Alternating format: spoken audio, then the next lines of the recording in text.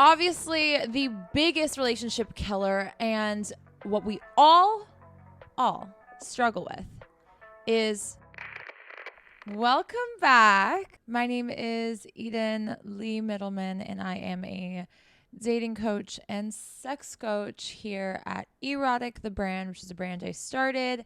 And we're all about radical accountability. You guys know I like to tell like it is. I don't hold back. Yada, yada, yada. I know why you're here. You're worried that you're doing one of these relationship killers, and I have given you 10 in this video. It is going to be jam-packed. It is going to be super important for you to absorb this information and truly observe yourself in relationships and even friendships and see if you are doing these things, because a lot of this is hardwired in us. A lot of these relationship killers have to do with the fact that you're not pouring in. You are not doing your part as an active member in this partnership. I like to refer to relationships as a partnership. It's about being a good partner in a partnership. That keeps you accountable.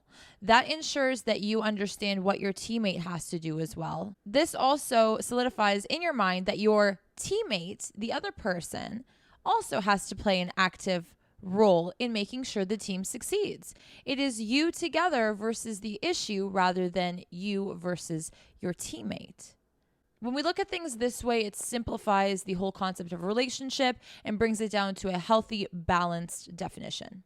Obviously, the biggest relationship killer and what we all struggle with is communication. Now, hold up. I know every time I say communication, people are like, what the fuck does that mean? Here's the kicker. The reason why you're confused is because everybody communicates differently. The degree in which you require communication from somebody else might vary from the degree in which they might need or not need.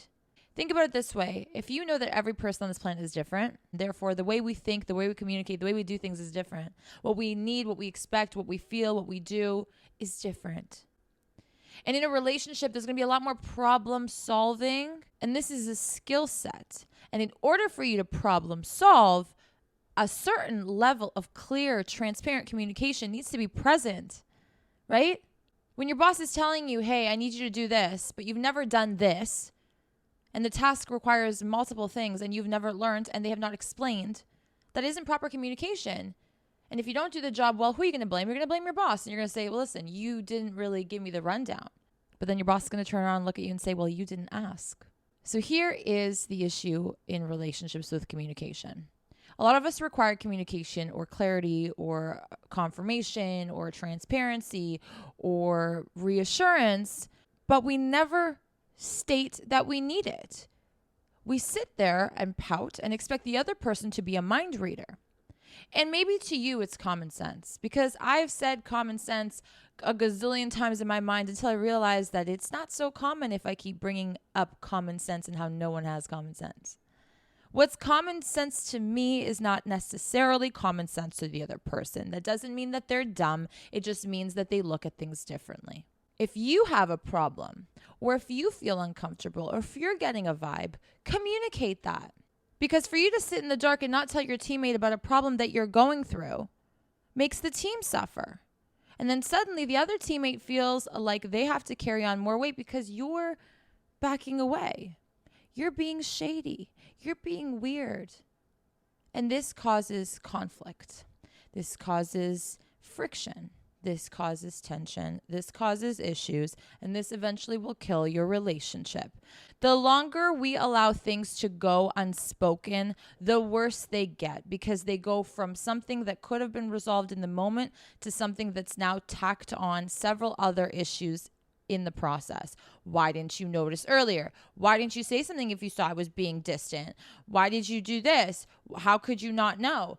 Don't you know me by now? Don't you love me? Don't you care? Don't you da da da da da? And we've added more things to create a bigger deal out of something that might have been simple. Enough with the assumptions. Enough with the half communicating bullshit, which what I mean by that is you tell half truths. You don't really tell the whole story. You choose to omit things without asking your partner if that's something that they care to know or don't care to know. You fill in the blanks for other people. This is all done with a lack of communication. It's better to over communicate than to under communicate until you guys get a good swing and balance. And you can always say, is this something that you care to know?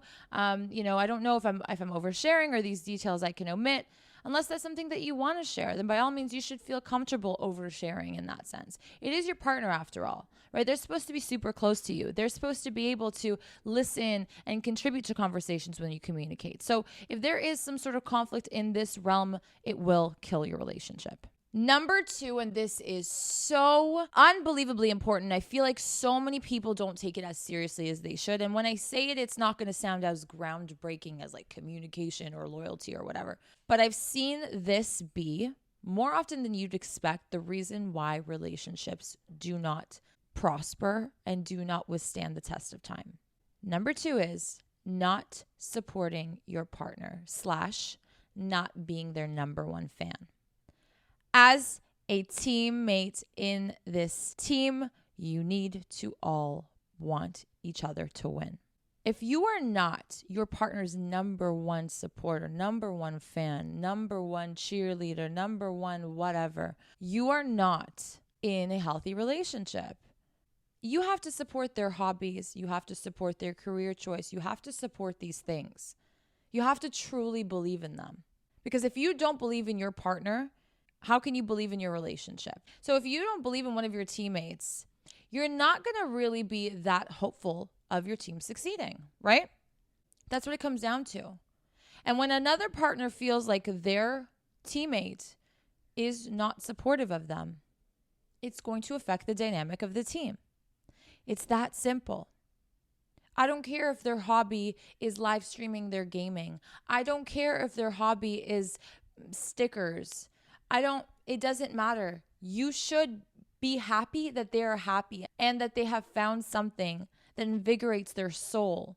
Whether it makes money or doesn't, if it brings them joy, it should bring you joy too. I've seen a lot of partners beat their partners down because of personal projections.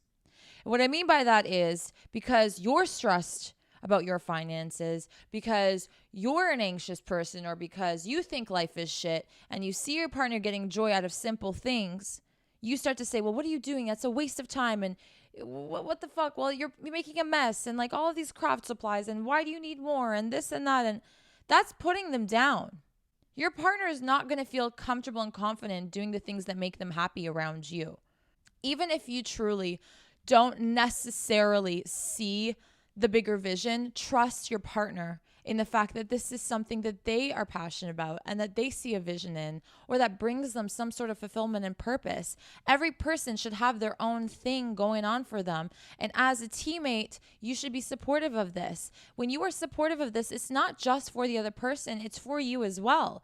It's going to benefit you knowing that your partner is happy, knowing that your partner is fulfilled. If you care about them, then you would also care about their passions, their dreams, and their goals. You should also be touching base and checking in and asking them about it. So you also have to show your interest in that. And that is how you become a supporter, a number one fan, cheer them on, guide them through, and be there for them. On to number 3, gaslighting. What gaslighting is when you don't believe that their feelings are valid, you deem them as wrong. Okay? You deem them as incorrect, as if feelings are right or wrong. Feelings are not right or wrong. This is the only time I'm going to say that there may be a gray area in your relationship. Feelings do not need to necessarily make sense to you. The whole point in you caring about your partner is knowing that they feel some type of way and you don't want them to feel a negative type of way. So you are going to listen to them and validate their feelings and see what you can do to help. Bottom line, what this comes down to is you not taking the time to try and understand where they're coming from. You take everything as a personal attack because you're insecure, because your ego is running the show, and because you feel like they're telling you that you're doing something wrong. When they're telling you, I'm not comfortable when you're hanging out with your friends that are girls, it makes you feel uncomfortable, and you're like, you're insecure, you're jealous, you're this, you're that. That's gaslighting. You're turning around to try and get rid of the fact that there might be some sort of blame here, or that you might have done something that would have caused them pain, and you're acting defensively. And normally when someone acts defensively off the bat, they are guilty. So you are not doing anything but validating their negative feelings here by gaslighting. So in a weird way, gaslighting is you invalidating their feelings and saying that they're not valid, but at the same time, all you're doing is strengthening the negative feelings they are feeling. So you're losing regardless. You can't try and convince someone that their feelings are not valid, because while it might work in the moment, they are going to build this inner resentment and discomfort towards you that is then going to kill and ruin your relationship. Maybe not now, but in the long term. Most people who don't deal with problems, what happens is it becomes a snowball effect. Other things start to tack onto this smaller thing, and it becomes a big vortex of shit that then you have to fucking deal with. So deal with it correctly so that you don't have to deal with it in the future. I don't know why we do this to ourselves. We want our future selves to suffer. We are like, fuck this, fuck that, avoid, gaslight, put people down so that I don't want to be involved. I don't want to have to do with anything. Well, you're in a partnership, you're in a relationship, you're in a fucking team, you are involved. If your partner's not feeling well, neither will you feel well. And you should care enough, and if you don't be in a relationship, but you should care enough about how your partner is feeling. And you should not want them to feel that way, that you are going to sit there and take the time to understand their feelings. And if that doesn't work, you're going to say, it doesn't matter if I understand or if I don't. How do we overcome this together? What can you do and what can I do without compromising our boundaries? This is where problem solving, the skill that we all need in all areas of our life, comes into play. And that requires you lowering your ego, humbling yourself, sitting down, being patient, and listening. Don't talk as much. Listen. Shut the fuck up and listen. And if you have something to add, then add. But if it's just coming from a defensive place, don't add. And this is a skill that's hard to do, because in the moment we're like, but you did this, but you did. No.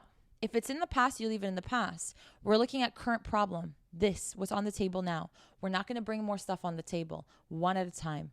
The next relationship killer, relying and assuming and expectations. These are 3 things I really want you to focus on.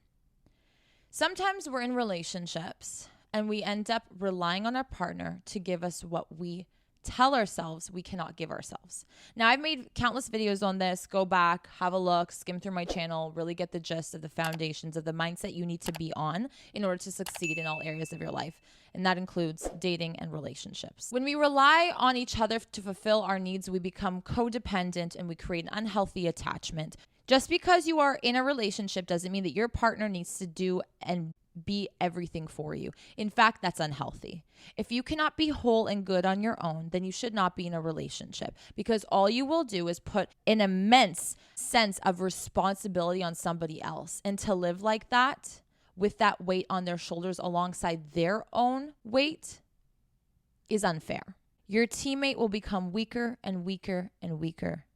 And then that's when you're going to feel like you're the only one carrying the relationship, when in fact they've been trying to carry the entire relationship because you put that on them.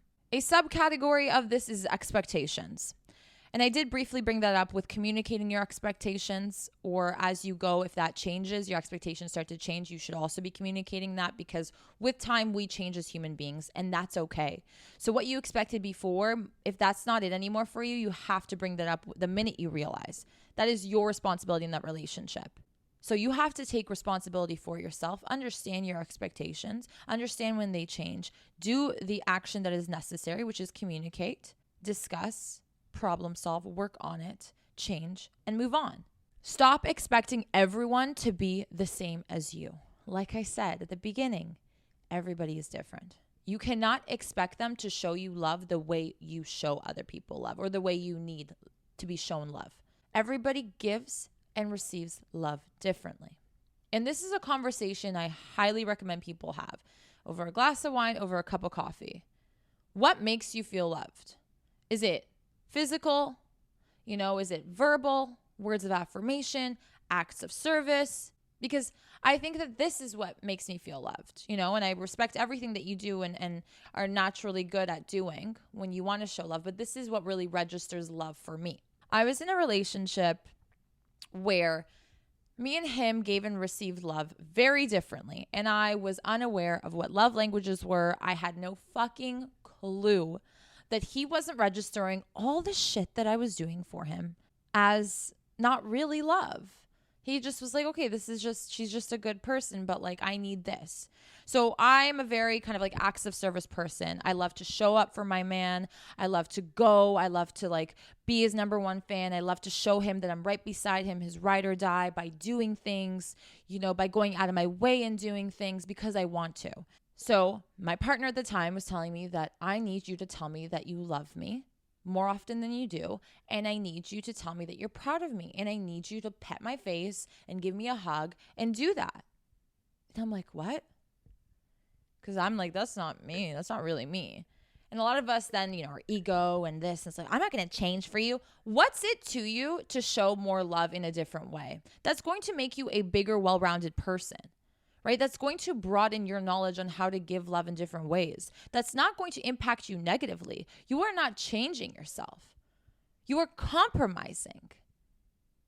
You are not changing the essence of who you are. You are changing how you show things, which is an amazing skill set, because in life, there will be different people that require different ways of doing things from you.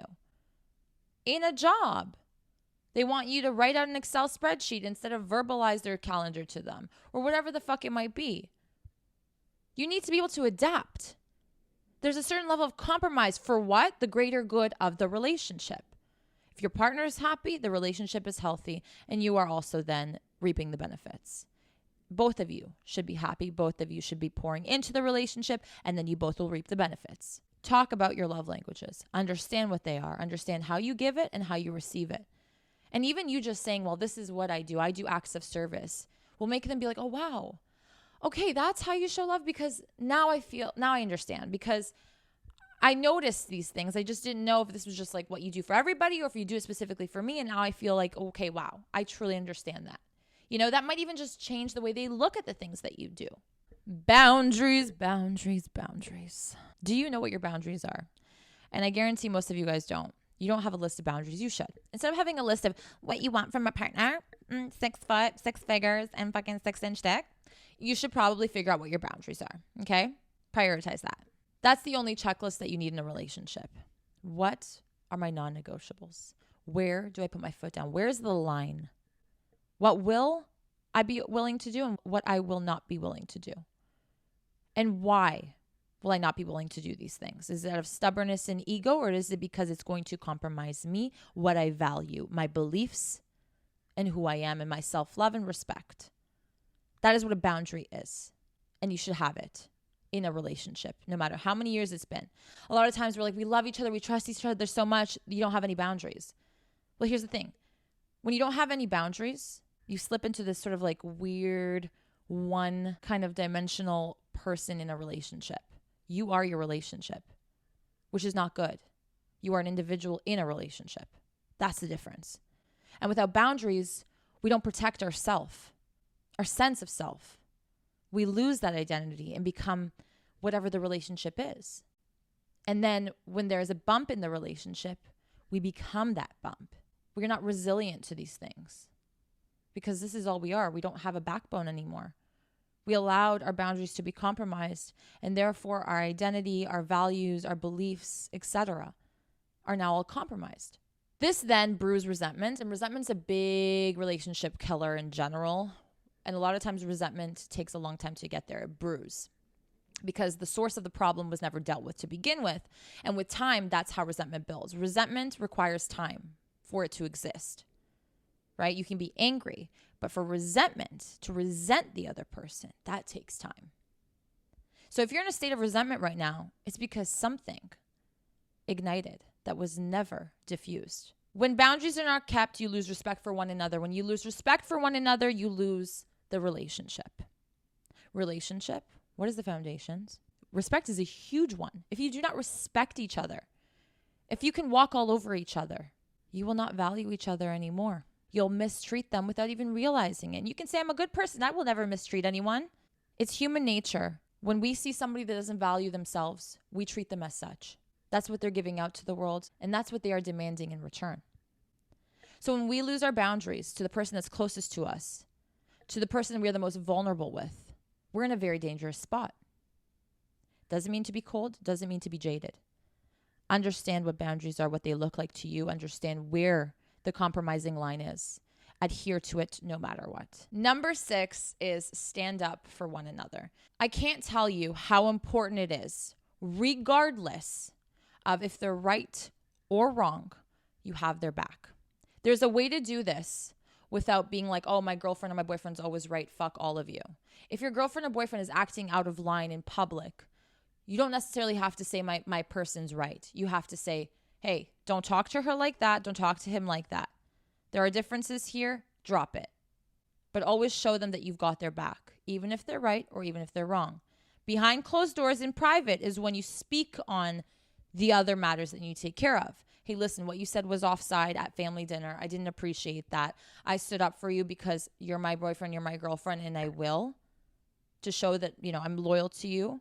But I have a problem with this. That's how you take up those conflicts. I see a lot of people who hang out in a group of friends, more of the young generation. And there's like these mean, stupid, rude jokes, like to your girlfriend, like, shut up. Yeah, in front of your boys, like, oh, testosterone, you guys think you're tough. And yeah, my bitch. Okay, first of all, go fuck yourself. You are not a man. You are not a man if you behave like that. And ladies, if you shit on your man or whatever, you're a piece of shit. You're a bitch. Okay? Same goes for both. Don't worry. Don't worry. In public, around people, if you show that you mistreat your partner, or if you allow somebody to mistreat your partner, the team is no longer a team. There is a divide. They feel it right away. It absorbs into their subconscious and they no longer trust you. They feel like the loyalty isn't there. This is dangerous waters because this will break apart your relationship in a shorter period of time than you could ever expect. You guys have to have each other's backs. Okay? Right or wrong, have their backs and then deal with the right or wrong after behind closed doors. That's your personal business. This is another relationship killer right here is stop allowing other people in your relationship business. People start to take sides. People start to talk each other's ears off. People start to plant things in their minds. That's not fair to the relationship. Value your relationship enough to deal with the problems that are between you two, just between you two. Number 7, going to bed angry. This is what every stereotypical marriage counselor therapist will say. Don't go to bed angry. There's a lot of psychology actually behind this and science and research done that when you go to bed in a bad mindset, you're allowing your subconscious to ruminate in that and cultivate that energy for the next day. It gets worse. You have to deal with things before the day ends. If you and your partner have a fight, whether you live together or not, you do not go to bed angry. And that should be a promise you both fucking make to one another. I am not going to bed like this.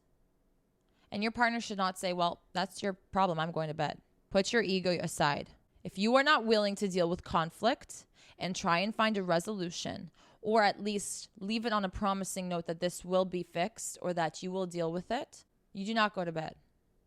Stay up all night. I don't give a fuck. This is sort of where you allow your flight instincts to do its thing. And we got to control that because in a relationship, you can't just dip. You can't just take a break. You can't just run away. It's not going to do anything. It's going to make things worse. And you can pretend like, whatever, fuck it, I'm over it. But the next time something sparks or hits a similar nerve, it's going to be massive. And you guys have seen this. I'm sure you guys can relate. Deal with things. This is a good life skill, with or without a partner. Deal with shit ASAP. Do not postpone it. Do not prolong it. It's only going to be harder. It's only going to get worse. This will teach you to be good problem solvers. This will teach you to be useful with your time. This will teach you to kind of drive yourself to make sure that you guys end things on a good note every single day. This is an amazing habit for longevity in relationships. Number 8, appreciation is key.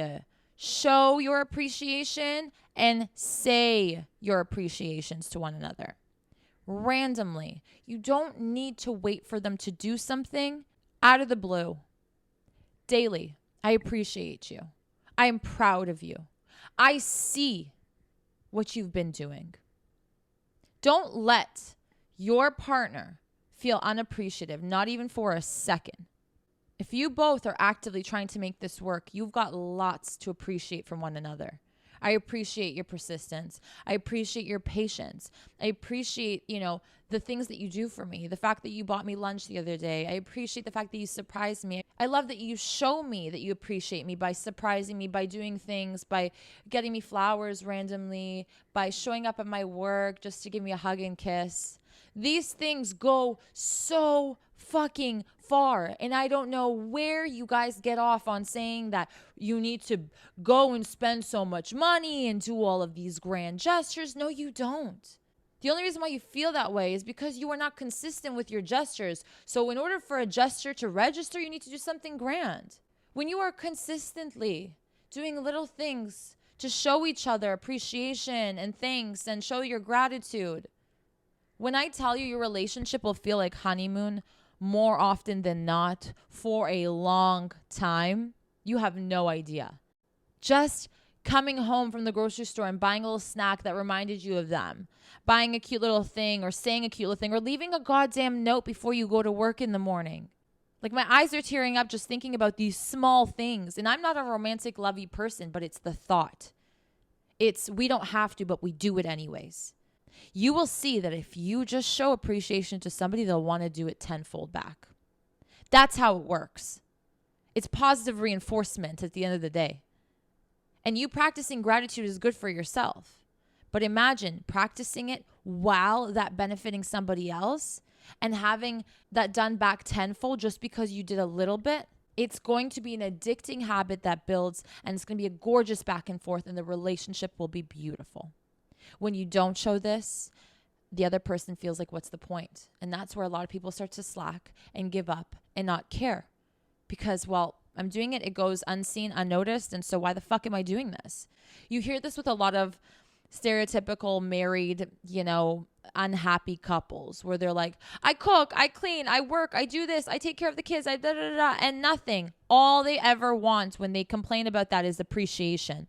For you to just stop and observe your partner and say, wow, I don't live their reality, but I see what they're doing and I'm trying to understand it, and I appreciate how hard they try or work. I appreciate the little morning cuddles. Start looking at everything and being thankful for shit. We struggle with this because we ourselves are not even grateful for ourselves and what we have personally. So it becomes very hard to do that in relationships. That's why I always say, you got to learn how to do this on your own before you enter a relationship so you are equipped with the skills you need.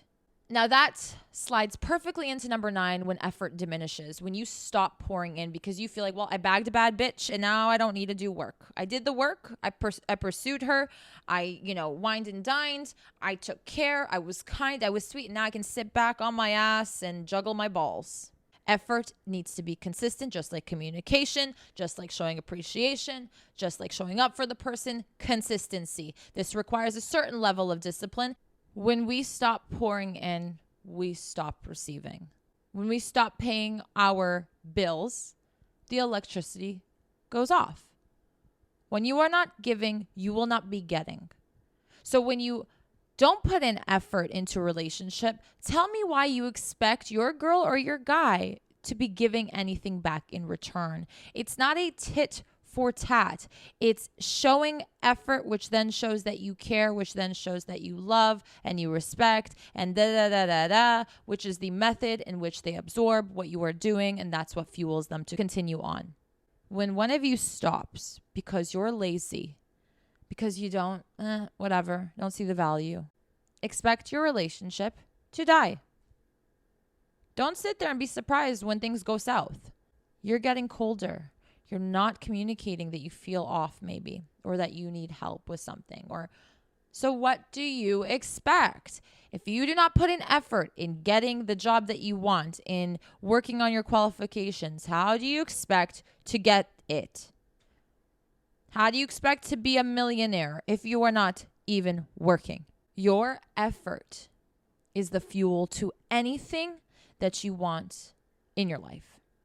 Sometimes we lose motivation, but that's because we are lacking in discipline. You don't need motivation. You don't. It's nice to have, but you don't. You need discipline. If every day you show appreciation, if every day you decide not to go to bed angry, if every day you try and make time to have moments with your partner to tap in and to communicate, I can guarantee you that it's going to help your relationship. It's going to allow it to continue to flourish. If you're not going to pour, the plant is not going to grow. You're going to get fucking dirt, and you're going to be staring at the dirt expecting magic to happen like some insane person. That leads me into my last and final point, quality time. Of course, we know that relationships require quality time. I'm going to define quality time for you because I know a lot of you guys need definitions. Phones are away. No distractions. You are not the goddamn president. You don't have to worry about your phone. Okay? You're not that important. Simmer down. Turn it on fucking airplane mode. I don't give a fuck what you need to do. The phone is gone. I don't want to see it. I don't want to hear it. And if you are waiting for a phone call, you don't have quality time when you're waiting for a phone call. You don't fill in your waiting time with somebody because that's not quality time. You need to block off time like you block off to go to work, like you block off to fucking watch football on Sundays with the boys, like you block off whatever. You need to prioritize. Quality time is you showing and actively working on what you prioritize. Where you give time is where you are saying, I prioritize this aspect of my life, this person in my life, this thing in my life. Time is money. Time is everything. And it's not guaranteed. And it's the most valuable thing you have to give somebody. Undivided attention, quality time. And I usually say this to people who live together outside of the home. Because the home becomes a chaotic place of distraction, of, TV, we have the bed, we have the quality time. Clothes on, okay? Fucking is great. You guys know I encourage having sex as much as possible. But quality time outside the house, one-on-one, you two, walk, deep conversations, do something together that fulfills you, that activates your hearts, that reconnects you guys. Go on a goddamn date. It doesn't have to be fancy. It doesn't have to be elaborate. As long as it's you two, one-on-one. You get out of the house by yourself with your man and you go on a date. Once a week. It is like you block off that Thursday night and no matter what the fuck happens, you don't say, let's postpone that to next week. I'm really busy tonight. I'm really tired tonight. No excuses. Because when you make excuses, what happens is every week becomes every other week. Every other week becomes once a month. Once a month becomes never. 20 minutes, half an hour of quality time overrides the whole week that you guys have lived together and barely said a word to each other, of value, of importance, talking about other things that doesn't have to do with business and stress and work. How are you doing? What are our plans for this year? Future projections, dreaming, talking about passions and excitement, as if you were on a first date again.